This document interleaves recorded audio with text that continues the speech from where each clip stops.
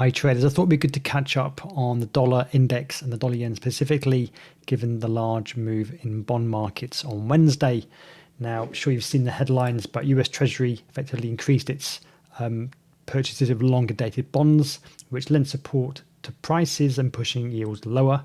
And that's important for the dollar because it reduces the relative appeal of US assets to global investors and removes an important source of support for the greenback. Now, this chart you're looking at, I did yesterday for a Nasdaq article, but it's still very relevant. The blue line shows the 30-year yield, which rose to 5.3%, its highest level since 2007. And that's an emotional level for investors because that was just ahead of the global financial crisis. So it's no coincidence to me to see that the Treasury have stepped in. And this was before they stepped in and yields moving lower. On the right-hand chart, you can see the 10-year, 20-year and 30-year yields all fell around 10 basis points, which I think was the second worst performance in about 2 years. And that led to a substantial sell-off on the US dollar index and also the dollar yen. Now, that's quite important because look at this sell-off here on both of these markets. That coincided with the Ministry of Finance intervening and also US Treasury throwing their support behind the move to have this very volatile move to the downside.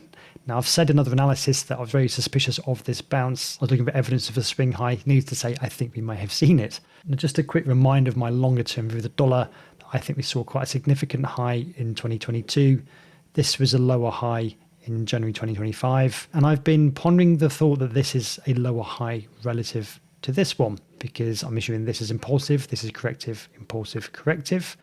And the recent price action to me gives more conviction that that may well have been quite a major high for the dollar. And if that is correct, then maybe as you get towards the back of the year or into next year, maybe we'll be seeing a break of these lows as well. It's always hard to believe these at the time, but when you take a step back and look at how far currencies can move over the months, then all of a sudden it does seem a bit more achievable. But from a technical perspective, it's important because we've got a clear break of this trend line now, which we didn't have previously. But notice that was the joint intervention from US and Japan, and this 2-week narrow range and now bearish range expansion has continued this move. And translated to the dollar yen, I do suspect this is a significant high. And if anything, I thought the dollar yen might have bounced a little bit higher than it has. Momentum's clearly turned against it. And if the week closes around current levels, you would have a dark cloud cover reversal pattern. So now my assumption is that traders might be looking to fade into rallies, potentially targeting or maybe even assuming a break of this low. Now, something to keep in mind that the Ministry of Finance have in the past taken advantage of a weaker US dollar. Now, I'm not saying they're going to intervene, but it wouldn't have surprised me if they do, simply to take advantage of the fact that the US dollar is falling. And so zooming into a bit more of a usable time frame, I like that dollar yen has found support around 158 and that weekly S2 pivot point. There's a slight bullish divergence on the RSI 14 and the RSI 2.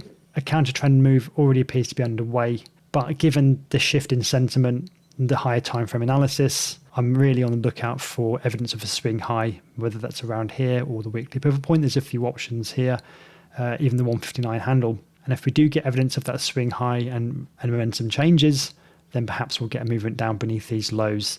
And support levels to keep an eye on are the weekly VPOC around 157.65.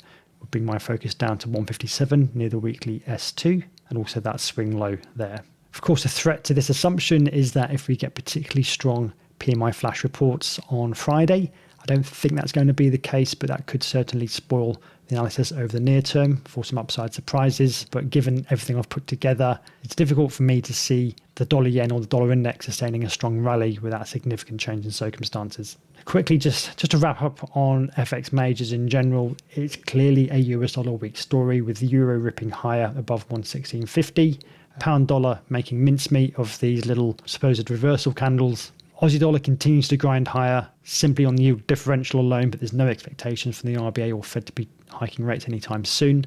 The more interesting one is in fact dollar Swiss. We discussed this in the last video. I wouldn't call that a classic head and shoulders, but it's good enough that is potentially a head and shoulders pattern, but it's probably near its own target anyway. Regardless, we've got potentially stretch move here. Maybe it allows room for a bit of a pullback, but ultimately I would suspect traders would be looking potential moves down towards 79. Dollar yen we've covered, and dollar CAD accelerating low from that 10-day moving average, and there's just no imminent signs of a low at the moment. So for me, dollar yen looks the favourable one overall. Dollar Swiss if we get a pullback. As always, hope that's useful. Wish you best of luck with your trading.